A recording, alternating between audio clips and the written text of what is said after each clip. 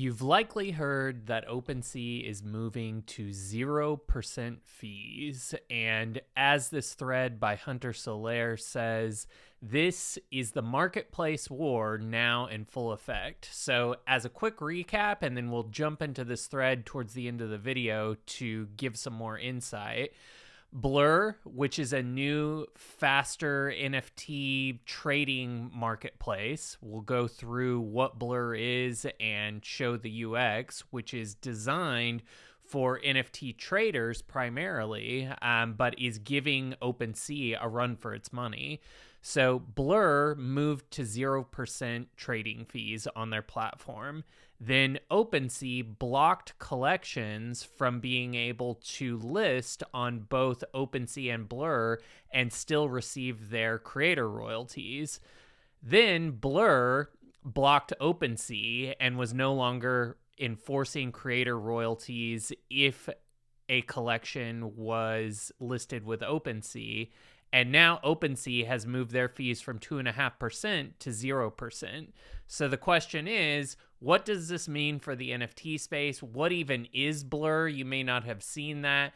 What's happening? Let's unpack it all. We'll start with an article from NFTnow.com. It says the NFT marketplace wars. Blur tells users to ban OpenSea. So yesterday, and this article is dated on the 15th of February, yesterday, NFT marketplace Blur finally allowed users to redeem care packages for Blur, which is the platform's native token. The event was highly anticipated and resulted in significant market surge over the last month. So as we'll see when we explain what Blur is, there was a new Blur token airdrop, and that airdrop was based on people that were utilizing the platform and whether or not they were trading and selecting to give creators royalties or not, among other things. So the event saw several top traders rake in more than $1 million worth of token. Pretty big deal. Let's talk about Blur versus OpenSea and kind of what's happening. So in a series of tweets posted in November of 2022, OpenSea outlined its rationale for banning royalty optional marketplaces like Blur. So essentially, if you had a 7.5% royalty on your collection, and then you allowed your collection to be listed and traded on another platform like LooksRare or Blur, then OpenSea was no longer enforcing that royalty and basically made it an optional royalty. And we kind of have to take a step back. The royalty wars really kind of heated up with SudoSwap. So one of the big things in NFTs and selling points to creators in NFTs was, oh, you can create art and put a 10% royalty on it. And then every time that art sells from now on, you're going to get that royalty. And so this was a promise given to a lot of artists and creators who got into the space. Well, then platforms like SudoSwap, which is basically an NFT trading platform that bypass those creator fees. And so if there was a 10% creator fee on OpenSea, that same NFT could be traded without that creator fee, essentially at a 10% discount on SudoSwap. And so this started this whole conversation about, wait, creator fees aren't enforceable via smart contract or can be bypassed by other platforms. And if that's the case, how are these projects even going to make money? And so SudoSwap kind of started this. Other platforms followed suit, and Blur came in and basically, this is the Blur UX, which we'll go through in a second. Blur came in and offered the ability to bypass creator royalties. However, they wanted to incentivize giving creators royalties. And so Metatech Insight has a walkthrough of the Blur platform in this thread. I'm going to put all of these links in the description because I'm not going to go fully through everything. But basically, in October 2020, a marketplace launched, the Blur marketplace launched, and has quickly become the largest NFT marketplace in terms of volume, overtaking OpenSea. Blur will become the dominant marketplace in the NFT field for pro traders. This is according to Metatech Insight. So as you can see, there's a lot of the Blur UX, especially when you're in trader mode, looks a lot like the NFT scalping tools or sniping tools or sweeping tools. And so they really design the product for, the top 1 to 5% of traders that are doing the most volume. And so there's a lot of really interesting features like being able to sweep a floor quickly, being able to see all of the data for a collection, and just make more intelligent decisions based on data. Now you can go into collector mode, and for those who are wanting to collect long term and more interested in the art, you can get a closer look at all of that. However, in this thread, Metatech goes through the UX and the speed at which Blur executes transactions, and talks about how Blur is basically a combination of Gem, which was a market aggregator on Ethereum, and this whole battle is happening on Ethereum. Blur is an Ethereum NFT marketplace. But obviously Ethereum and projects on Ethereum are driving the conversation for how networks and marketplaces on Avalanche and Solana and all networks ultimately will end up handling royalties and the way that NFTs are traded. So with going back to Metatech's thread, the way that Blur handled royalties was that basically you had creators and they could list their NFT collections on marketplaces. And then collectors would go to those marketplaces and buy an NFT, and they paid royalties to the creator. And then when Blur came along, traders, or not even before Blur came along, when platforms like SudoSwap came along, traders would go to different marketplaces. And since they were only looking to flip for profits and not hold long term, and oftentimes didn't even care about the art, but more the volume of the project, they did not pay any royalties to the creators. So you have the collectors versus the traders, and this was kind of the meta that was arising in the space. So Metatech Insight says royalty structure. They have an opposite approach to solving the difficulty. Traders want to maximize for profits, collectors want to support creators, and creators want more royalty revenue. Today, royalties are not enforceable on chain. This is something that a lot of people that, don't pay attention to what's happening in the space, I don't think they realize that royalties are no longer enforceable on chain. There's plenty of platforms that allow you to bypass that. And that's why this war is ensuing. So traders almost don't have to care about that. So traders can list on Sudo, which has a 0.5% fee and no royalties. Creators get nothing if traders list the NFT on the on-chain platform. Some projects attempt to be punitive, punishing people who don't pay royalties. Blur does the opposite by incentivizing those that do via an airdrop.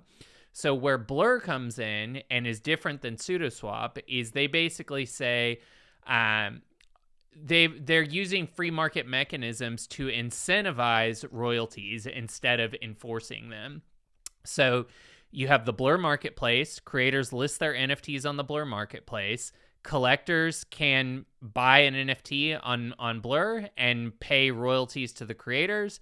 Traders can buy NFTs on Blur, and then they can choose whether or not they're going to pay a royalty or what royalty they will pay. If they pay the royalty, however, they receive an airdrop of the Blur token. And of course, collectors who choose to pay a royalty also receive an airdrop of Blur. Well, as we saw in this article, some traders saw up to $1 million worth of Blur airdrops because of this.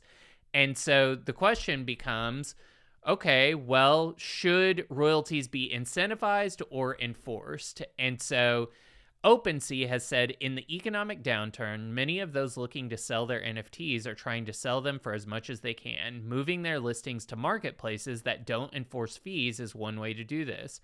For collectors, this means NFTs they really want are increasingly likely to be listed on marketplaces that don't enforce creator fees. Even if these collectors say they want to pay creator fees, they're becoming more and more prone to buying on those marketplaces. Unless something changes soon, the space is trending towards significantly fewer fees paid to creators. And then this is still from the NFT Now article. OpenSea's answer to this problem is to encourage individuals to prevent their NFTs from being traded on royalty optional platforms. So remember, Blur is a royalty optional platform. The traders don't have to pay the royalty, but if they do, they will receive the Blur airdrop. So in order for full creator fees to be enforced on OpenSea's platform, individuals who created smart contracts after January 2nd, 2023 must take on-chain action to make royalties enforceable. In other words, OpenSea requires creators to use on-chain tools that prevent the sale of NFTs on marketplaces that don't enforce creator royalties. So OpenSea is essentially blocking Blur and saying, if you want us to enforce creator royalties, you have to block other platforms. And they basically created a tool that made it so that the collection couldn't be listed on other platforms.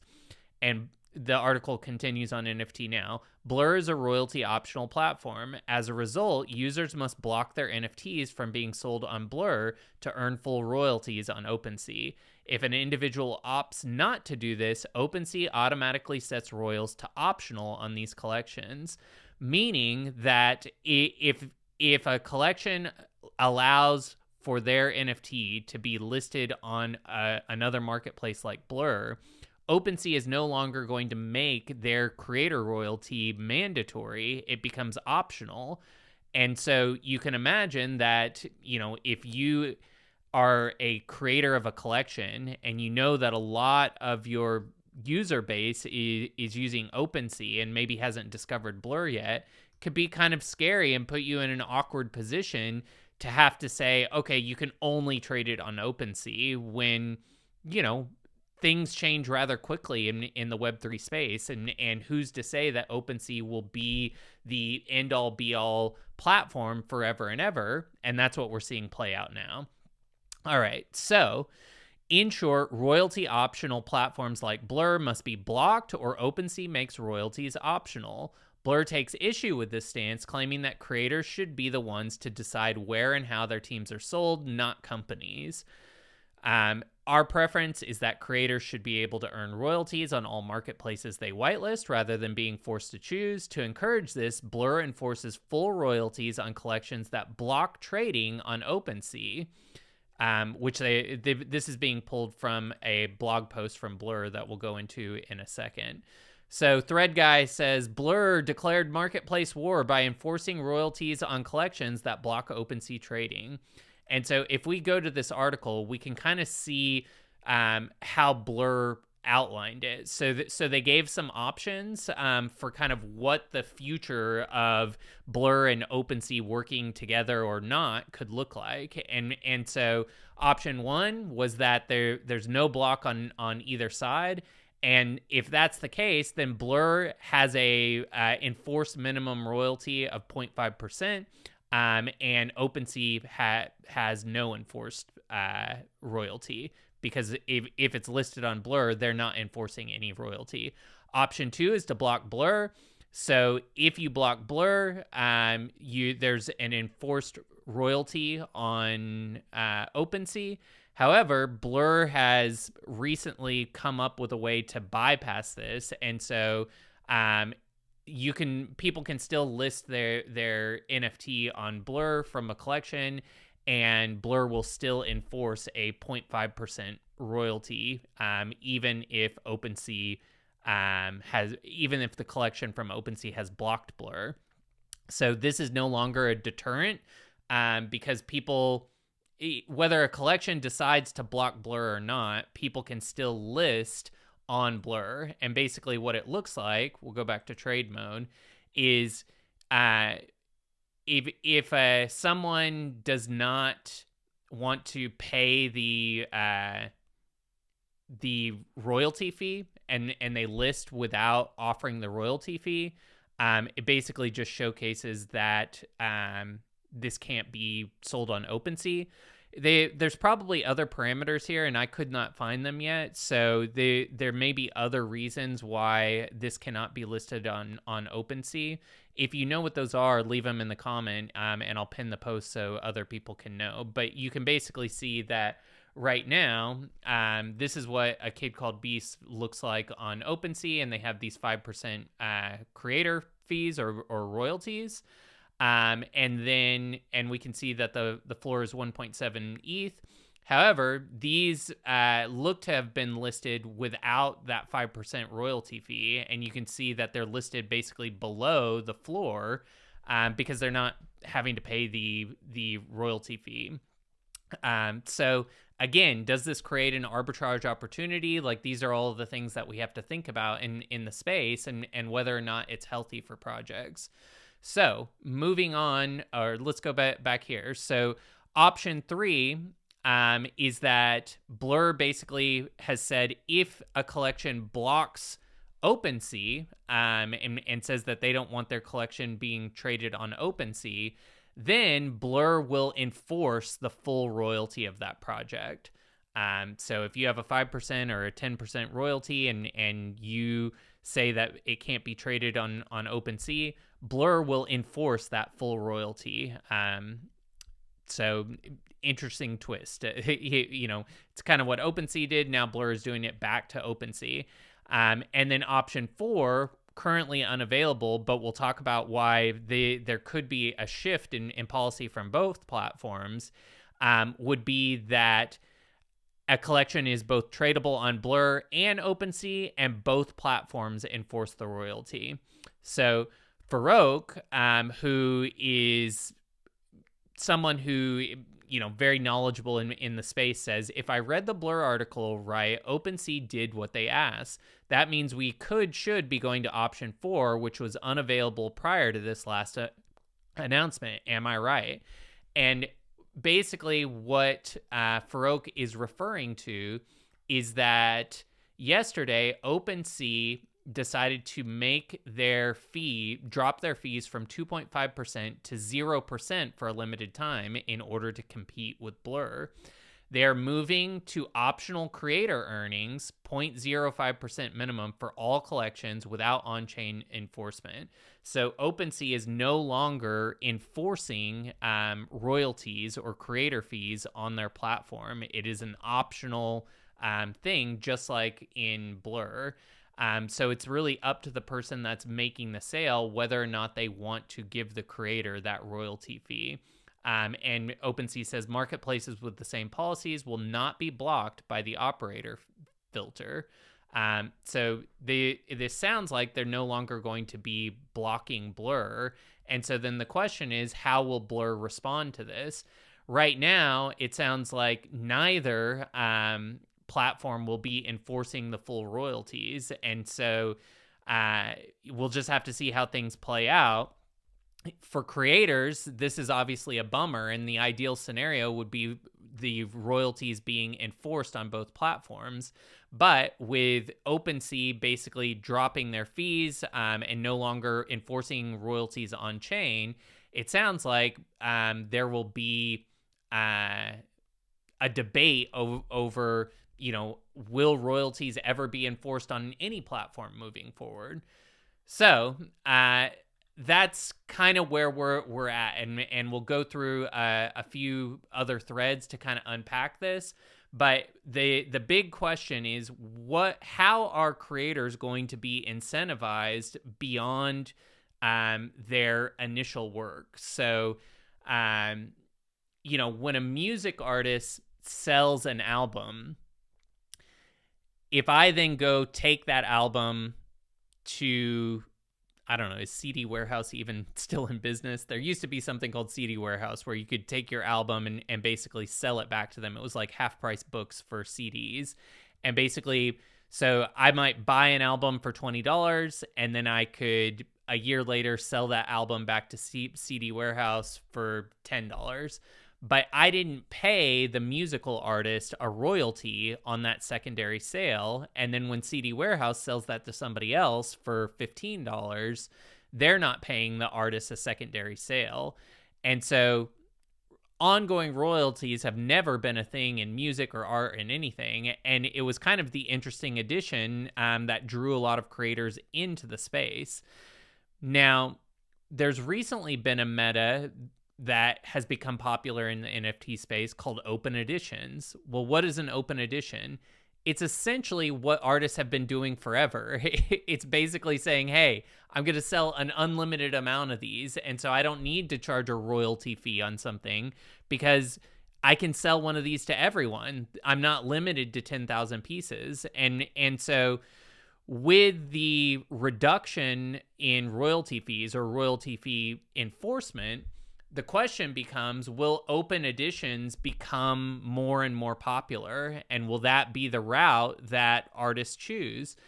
As we've covered in other videos, normies, people that aren't in Web3 on a daily basis, hate NFTs. Like, they think it's a scam. And so if you're an artist like Taylor Swift, who arguably is one of the more popular mainstream artists out there, you're not going to release an NFT that has a limited collection of 10,000 pieces, because the blowback on that and the exclusive nature of that offering would make it unavailable to more than 99% of her fans. And so if Taylor Swift were ever to do an NFT, what is she going to do? It's going to be an open edition. And that open edition, of course, has all the benefits of being able to gate access to content.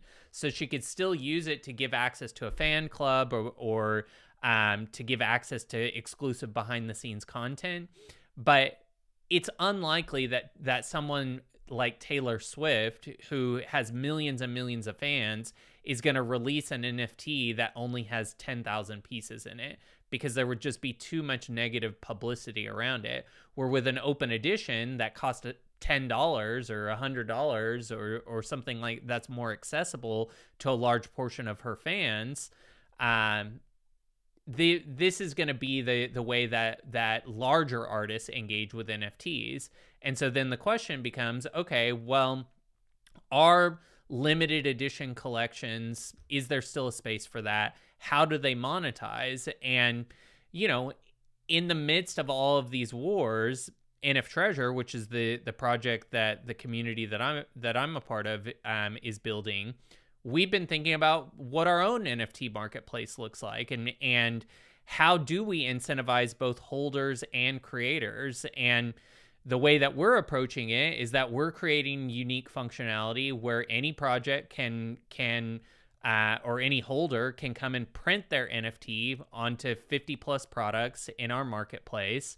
And then if you hold that NFT, or if the project officially lists on the NF Treasure marketplace, well, then both the holder and the project can grow a community purse through affiliate commissions of those products.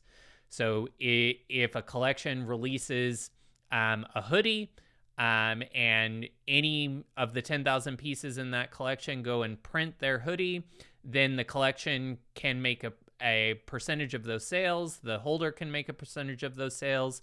And obviously, NF Treasure takes a percentage for facilitating the physical product loop. Then NF Treasure as a marketplace is owned by the community through the play to earn game on the back end. And that ownership in that profit share of NF Treasure, you can compete for what percentage ownership you're looking to have through our treasure box game. So, you know, a big thing right now is how are projects going to monetize? And I've got a thread here that goes into this a little bit more. You can see OSF here saying Blur did more than 3x the volume of OpenSea in the last 24 hours. And you can see total volume in USD is 73 million versus OpenSea, which was 23 million. Obviously, with the Blur airdrop, Blur getting a lot of attention, and this is a conversation that needed to be had. It's similar to the conversation that was had when LooksRare basically said that they were going to distribute fees back to users. And right now, OpenSea is in a kind of precarious place because for a while they could say, OpenSea is enforcing creator royalties, and so they at least had the PR narrative that they were on the side of creators. But now that they've dropped fees to 0%, not only are they going to be at a deficit for, and this is a limited time, we'll see what happens when they a few months from now, if they go back to 2.5% or not. But clearly they're taking a revenue hit here, which means that they have less in their war chest to be able to combat this in a creative way. And then they also lost the PR narrative that they're defending creators. And I'm borrowing some ideas from Whale Swoosh, who spoke a little bit on Twitter today about, this OpenSea going to 0% basically being a win for Blur and a loss for OpenSea. I'll link that thread below. I don't have it pulled up right now. So I wanted to go fully through this thread from Hunter Solaire. It says OpenSea versus Blur, 5 ways NFTs will change forever and how to protect yourself today. Hunter says, we already covered this. So now maybe you have a deeper context of what's happening. So Blur had 0% fees, then OpenSea blocked Blur, and then Blur blocked OpenSea, and now OpenSea has lowered their fees from 2.5% to 0. And so Hunter says 0% fees for you sounds good, right? So if you're a trader, 0% fees, hey, maybe this is a good thing. Maybe I don't care about creators. This is the debate that's happening right now. Hunter says, not so fast. Smaller projects will die if this meta plays out. Royalties were the only thing keeping many NFTs alive. So if you were a project, an NFT project that your sole product was your NFT art, and the only way that you were making money was by that 5, 7.5, or 10% or more royalty fee every time somebody traded that NFT. Well, those projects no longer have a way to grow their community purse. And that means that whatever's in their purse is the budget that they have left, and they're not going to be able to sustain a dev team or an art team anymore, which means that those projects are going to die if they do not add additional utility. Now, as I mentioned, NF Treasure is creating a way for those projects to basically create a physical merch pipeline, and we can enforce the affiliate commission on those merchandise sales. And so this could be one way for smaller projects to continue growing their community purse, and paying a dev team and to continue building their roadmap instead of having to just pack up shop. But Hunter says, with all marketplaces now using 0% royalties to gain market share, projects' only income stream will be cut off. NFTs backed by VCs and corporations will become the norm. Obviously not a great thing for small creators. Hunter goes on to say, more project-owned marketplaces. So what is the alternative to people to places like Blur and OpenSea no longer enforcing creator royalty fees? Well, projects are just going to build out their own marketplace, and they're gonna incentivize people using their own marketplace. We already see this with a lot of projects, but there will be more and more reasons why you have to use the specific project's marketplace. And it's an interesting thing for us to consider with the NF Treasure marketplace that we're building is, can we create a box top marketplace that we can easily give to NFT projects that want to add that to their project so that they can actually enforce creator royalties or create additional incentives. This is something that I'm going to look into with our dev team, but basically creating a marketplace solution so that if a smaller project, that's getting crushed because they no longer have royalty fees on OpenSea or on Blur, if they want to create their own marketplace on their own website, that's potentially a white label product that NF Treasure could provide. If that's interesting to you, let me know in the comments or DM me on Twitter and we can talk more about it. All right. So, more project-owned marketplaces. This was already true for gaming ecosystems, but will also be implemented by the largest names in NFTs. Want to trade Yuga assets? Sure, but only on their marketplace with enforced royalties. The thread continues. Larger team NFT allocations. For projects that are pre-mint, they know they won't receive any money after the initial raise. So what's the solution? They're going to reserve 5 to 20% of the supply to sell on a weekly, monthly basis. This is the same debate that we saw in DeFi, in 2021, where, if the team has no way to make money and has to hold back 20% of the token supply, well, then those tokens are going to be dumped on the community, on a regular basis. And so this is basically that same thing. NFTs are just tokens. So they're reserving 20% of the NFT token supply, and then they're going to be selling those into the open marketplace, which is going to prevent the floor from rising as rapidly as it otherwise would. And the teams are going to be forced to do this in order to make it worthwhile to continue building for a community, because people have to make money. Otherwise, they're going to go do something else. Number 4 from Hunter, the end of the airdrop era. Yuga started it. Many followed. These startups can't afford to give out endless utility for free anymore. Where is the incentive if they can't capture any of that value?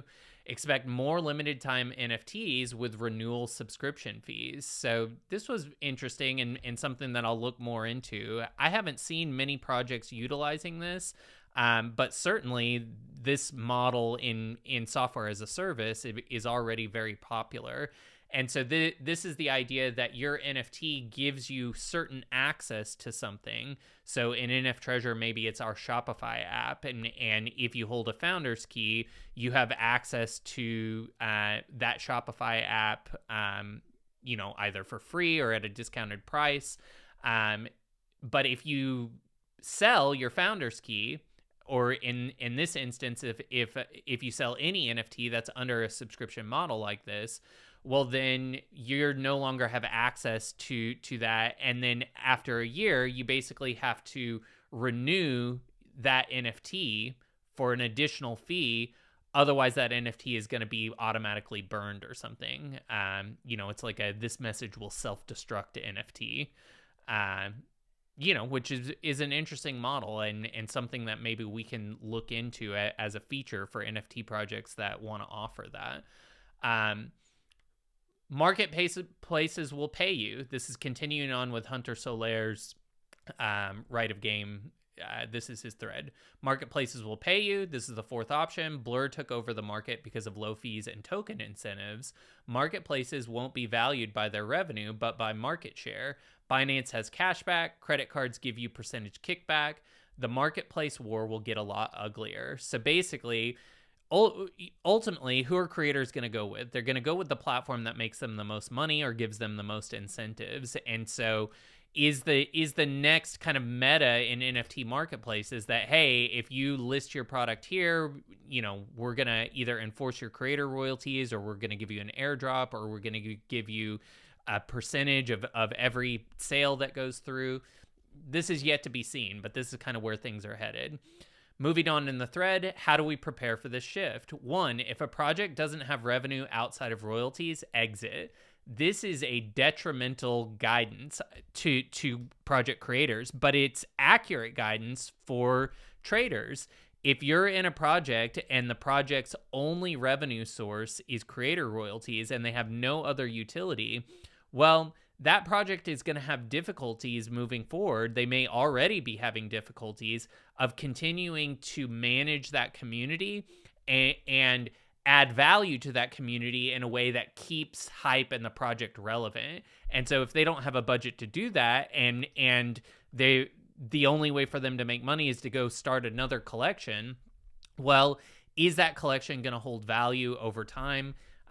The odds are not in favor of the floor continuing to rise unless it's a very prominent artist. And so the advice from Hunter is you should get out of that project.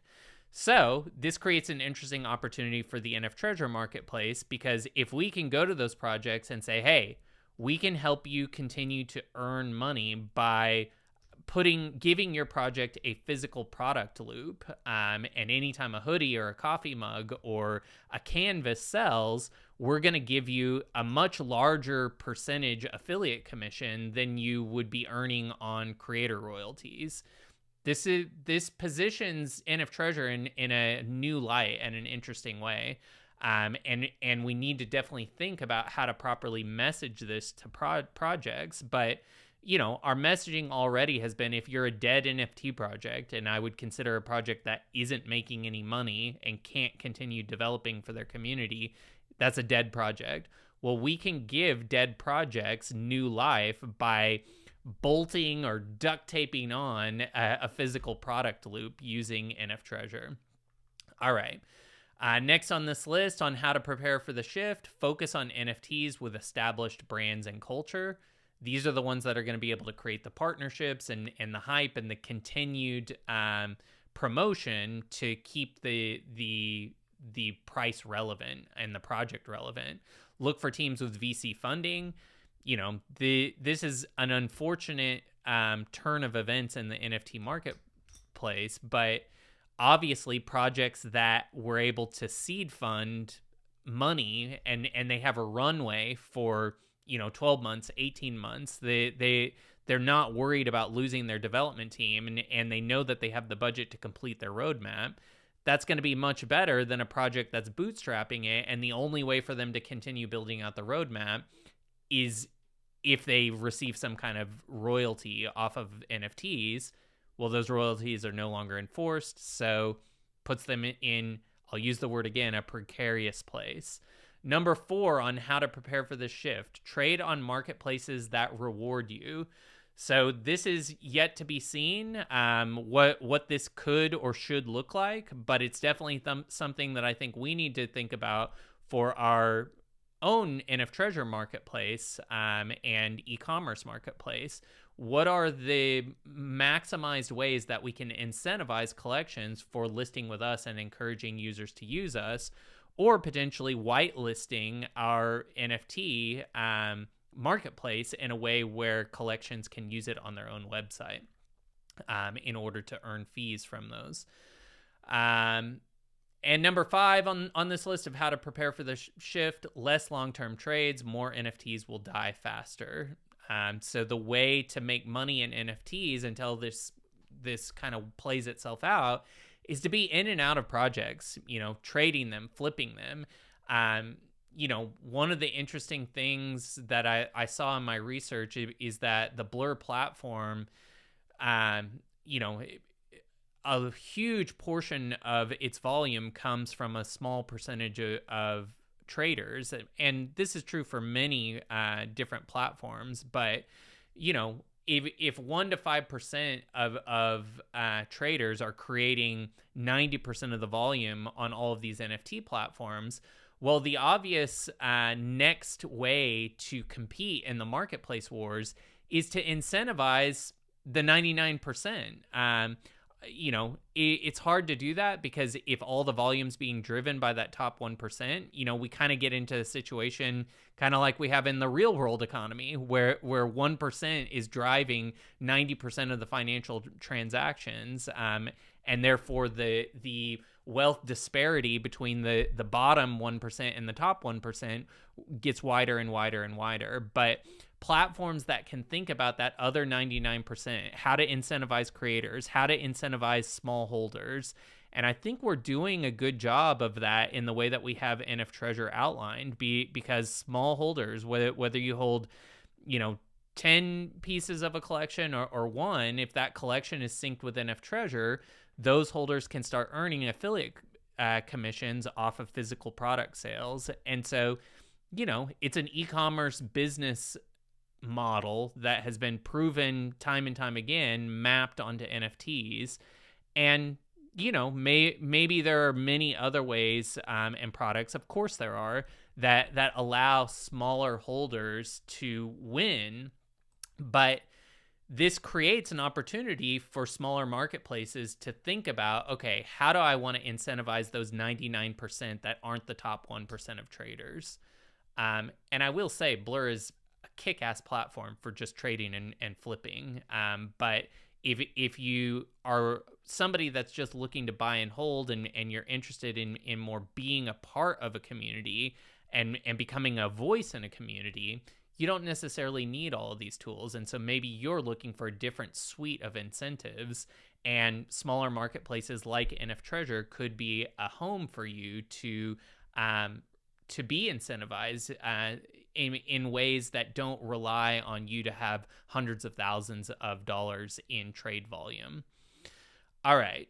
So right now, the thread finalizes. Right now, we may be happy because of low fees, and Blur is happy because they're the #1 marketplace, but creators are suffering. This has to change. If creators stop creating, no NFTs to trade or collect. And Frank DeGods from DeGods said, I think the solution is to rename royalties as tips. And this is a screenshot from DoorDash, I believe. But on DoorDash and on a lot of apps, there's the option to tip your courier. So it says traffic, parking, weather, stairs, they face it all, so you don't have to. And then you can select a tip. You've likely seen this on just about any platform when you are doing a service-based transaction. And so could marketplaces, start a meta around tipping creators, and on the collection page have a tip box? We had, this is something that I used to use a long time ago, or a similar option, where when I was a blogger, people could just click a button and buy you a cup of coffee. And so they would basically PayPal you $3. That tells you how long ago it was. I don't even know if you can buy a cup of coffee for that much. But then it was a way for people to give back. It's like a Patreon style thing. But is there an opportunity to have that buy the creator a cup of coffee button right on the collection page? And when you purchase a piece of art from a creator, having something like a tip jar, so that if you really want to support a project, and let's face it, 99% of the people that are in a project are not just flippers. Like, they actually want to, maybe it's not 99%, but a large portion, given like all NFT volume is done by 5% of traders, some ridiculous number like that. That means 95% of people are holding longer or at least midterm. And they're probably more active in the communities for the projects that they purchase. So if they enjoy, the team and want to see the team thrive and want to encourage that team, would they be willing to tip a project? Let me know in the comments. If there was a tip jar, would you be likely to buy a cup of coffee for the project teams that you want to see win? I think this could be another interesting thing for us to think about adding to NF Treasure. So I know this was a longer video, but there was a lot to cover. Hopefully it broke it down in a way where it at least gives you a little bit more information. And I'm going to put all these links in the description so that you can do your own deep dive. What would you add? Put it in the comments of this video. Hit the like button, hit the subscribe button. If you haven't checked out Blur, it's cool. I mean, it takes some getting used to. And so if you're the type of person that hates when the iPhone pushes an update, there's going to be some resistance towards looking at this. But you can change it to collector mode. You can change it to light mode.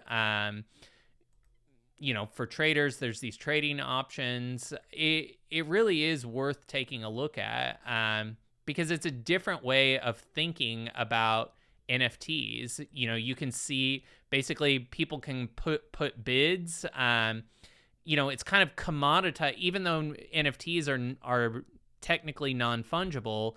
In many ways, it's commoditized it because it's basically said, okay, anybody that's willing to sell at the floor, all of those NFTs are essentially worth the same. And so people can place bids for various floor values, and you can kind of this makes it easier to trade NFTs the way that you might trade crypto, where you can see where the big walls are, place bids for just any floor, anybody that's willing to list at the floor or list at this price.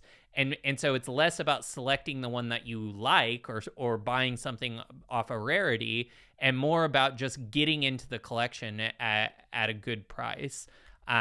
You can click through here and see, okay, this is the floor. This is where most are being sold at, but you can see all of the different outliers and easily click through to see what those outliers were, what might have been unique about them. They're pulling data from OpenSea, LooksRare, X2Y2, obviously their own platform.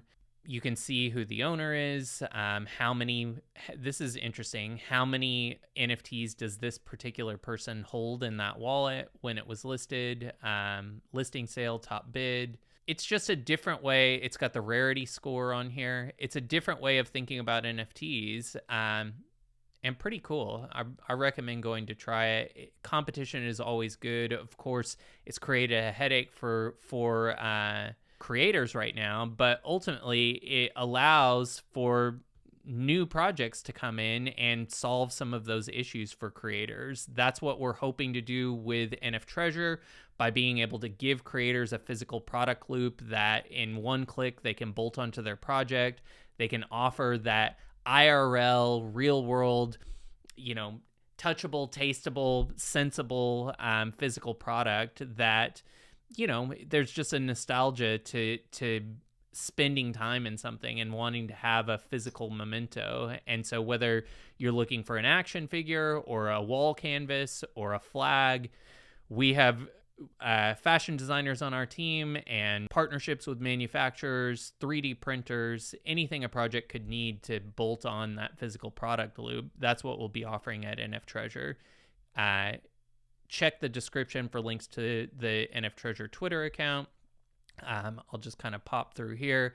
I'm John Ray. You can follow me on Twitter at John Ray, or click through and follow the NF Treasure account to see the latest on when we'll be releasing that platform. And let me know what you think about the OpenSea Blur NFT marketplace battle. Where are you going to be doing your business? Are you a creator and you're upset about this? Are you a trader and you're excited about it? Let us know in the comments, or reply on Twitter to tell us where you stand on this and where you think the NFT industry should head from here. I'm John Ray. We'll see you in the next one. Bye.